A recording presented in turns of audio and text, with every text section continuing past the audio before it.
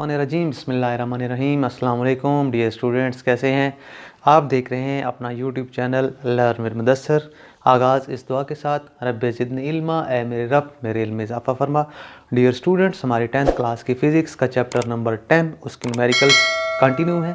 आज हम numerical number solve करने जा रहे हैं 10.9।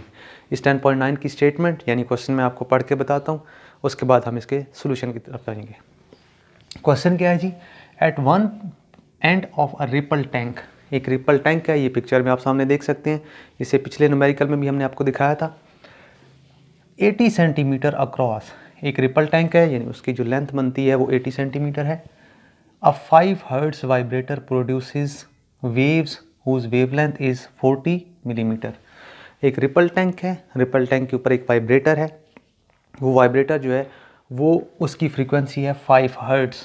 वो वेव्स पैदा कराता है कितनी लेंथ की? जिनकी वेव लेंथ है 40 मिलीमीटर, 40 मिलीमीटर। क्या कैलकुलेट करना है जी? Find the time the waves need to cross the tank. हमने वो टाइम मालूम करना है कि जिसमें जो वेव्स हैं वो एक एंड से दूसरे एंड तक जाती हैं। ठीक है जी। तो इस क्वेश्चन से हम अपना सोल्यूशन सॉल्व करते हैं और जाते हैं अपने डाटा की जानिब। उसमें देखें, सबसे पहले हमने देखते हैं कि जो लेंथ है उसको हम स्मॉल एल से शो करते हैं। वो रिपल टैंक का जो साइज़ है, अब क्योंकि वेव ने एक एंड से दूसरे एंड तक जाना है तो इट्स मीन उसने वो डिस्टेंस कवर करना है, वो फासला तय करना है। तो इसीलिए हम लेंथ को डिस्टेंस यानी एस भी लिख सकते हैं। वो दिया हुआ है हमें जी 80 सेंटीमीटर। ये देखें जी 80 सेंटीमीटर, सेंटीमीटर को हम मीटर में तब्दील करेंगे, 100 से डिवाइड करेंगे तो आएगा 0.8 मीटर्स। जो वाइब्रेटर है ऊपर वाइब्रेट करवा रहा है यानी वेव्स पैदा कर रहा है, उसकी फ्रीक्वेंसी जो है वो एफ से डिनोट करेंगे, 5 हर्ट्ज है। वेव लेंथ, जो वेव्स पैदा होती हैं उनकी वेव लेंथ है, लैम्डा से डिनोट करते हैं 40 मिलीमीटर। 40 मिलीमीटर जो है वो हमारा ऐसा यूनिट नहीं है, तो मिलीमीटर से मीटर में तब्दील करने के लिए हमें 1000 से डिवाइड करना पड़ता है, 1000 से। तो हम क्या करेंगे, 40 डिवाइडेड बाई 1000 यानी 40 तक़सीम 1000। तो यहाँ से हमारे पास ये आएगा 0.04 मीटर्स। मालूम क्या करना है हमने जी? टाइम, यानी वेव एक एंड से दूसरे एंड तक जाने के लिए कितना टाइम लेती है। कैलकुलेशंस की जानिब चलते हैं। तो देखें, ये रिलेशन हम पहले भी क्वेश्चंस में यूज़ कर चुके हैं।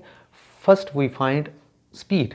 अब हालांकि हमसे स्पीड नहीं पूछी गई, लेकिन इस स्पीड ने हमें आगे हेल्प करनी है जो हमसे पूछा गया टाइम उसमें। तो हम स्पीड जो है वो एक रिलेशन है वेव्स के लिए, v is equal to F lambda. Frequency हमें गिवन है, ये देखें जी 5 हर्ट्ज है, वो हमने पुट की यहाँ पे। लैम्डा जो है वो वेव लेंथ है, ये हमने 0.04 जो है उसको निकाला था, तो 0.04। अब इन दो वैल्यूज़ को आप मल्टीप्लाई करेंगे, ज़रब देंगे, तो हमारे पास जो स्पीड आएगी वो आएगी 0.2 मीटर पर सेकेंड। अब हालांकि स्पीड नहीं पूछी गई थी, लेकिन अब स्पीड हमें हेल्प करेगी टाइम निकालने के लिए। तो स्पीड जो है वो 9th क्लास की फ़िज़िक्स में आप चैप्टर नंबर 2 में ये फार्मूला पढ़ चुके हैं कि स्पीड होती है डिस्टेंस डिवाइडेड बाय टाइम। अब हम स्पीड को v से डिनोट करते हैं, डिस्टेंस को s से आमतौर पे, और टाइम को स्मॉल t से। हमें टाइम मालूम करना है तो टाइम को आप इस साइड पे ले आएंगे और v इधर जाके डिवाइड हो जाएगा। तो टाइम मालूम करने के लिए डिस्टेंस, ये देखें जी हम निकाल चुके थे 0.8 मीटर, और जो हमारे पास स्पीड है वो 0.2 ये अभी हमने कैलकुलेट की थी।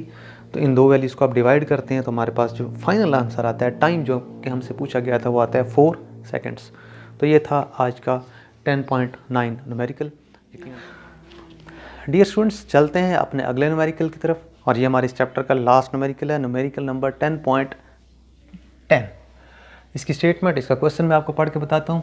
What is the wavelength of radio waves transmitted by an FM station. एक FM स्टेशन रेडियो स्टेशन है, वहाँ से रेडियो वेव्स ट्रांसमिट हो रही हैं।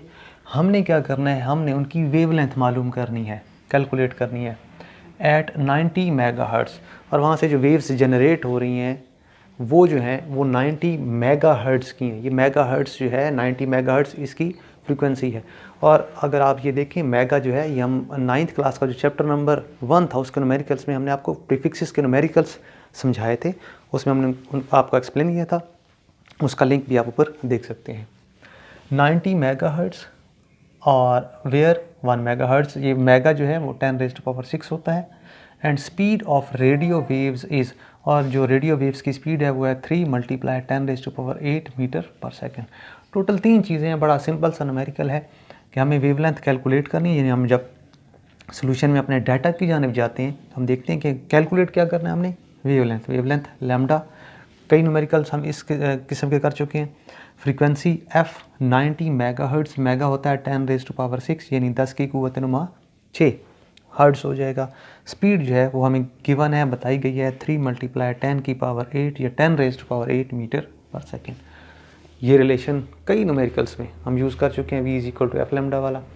लैम्डा कैलकुलेट करना है तो f यहाँ आके v के साथ डिवाइड हो जाएगा, उधर मल्टीप्लाई और इधर आके डिवाइड होगा। Lambda = v/f। वैल्यूज़ पुट करनी है। v आप देखें 3 × 10⁸, यानी 3 × 10 की 8।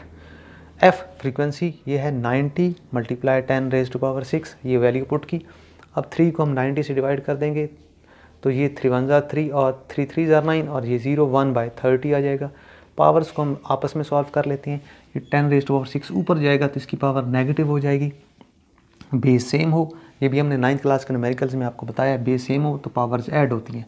तो ये माइनस है तो एक्चुअली असल में वो माइनस हो जाएगा, यानी 8 में से आप 6 माइनस कर देंगे तो 10⁻²। इधर हमने क्या किया, 1/30 यानी 1/30 किया तो आ रहा है 0.033 और ये मल्टीप्लाई 10⁻²। आपने क्या करना है, 10⁻² जो कि 100 भी बनता है, आप इनको आपस में मल्टीप्लाई करेंगे तो हमारे पास जो फाइनल रिज़ल्ट आएगा वो आएगा 3.33 मीटर। ये है जी हमारी फाइनल वेवलेंथ। और इस न्यूमेरिकल के साथ हमारे जो चैप्टर नंबर 10 है, 10th क्लास की फ़िज़िक्स का पहला चैप्टर, उसके न्यूमेरिकल्स का अख्ताम हुआ। यकीनन आपको समझ आए होंगे न्यूमेरिकल्स। अगर आप आगे वाले चैप्टर्स के न्यूमेरिकल्स समझना चाहते हैं तो हमारे चैनल को सब्सक्राइब कीजिए, हमारे वीडियोस को लाइक कीजिए। इजाज़त चाहते हैं आपसे, अल्लाह हाफ़िज़, थैंक यू।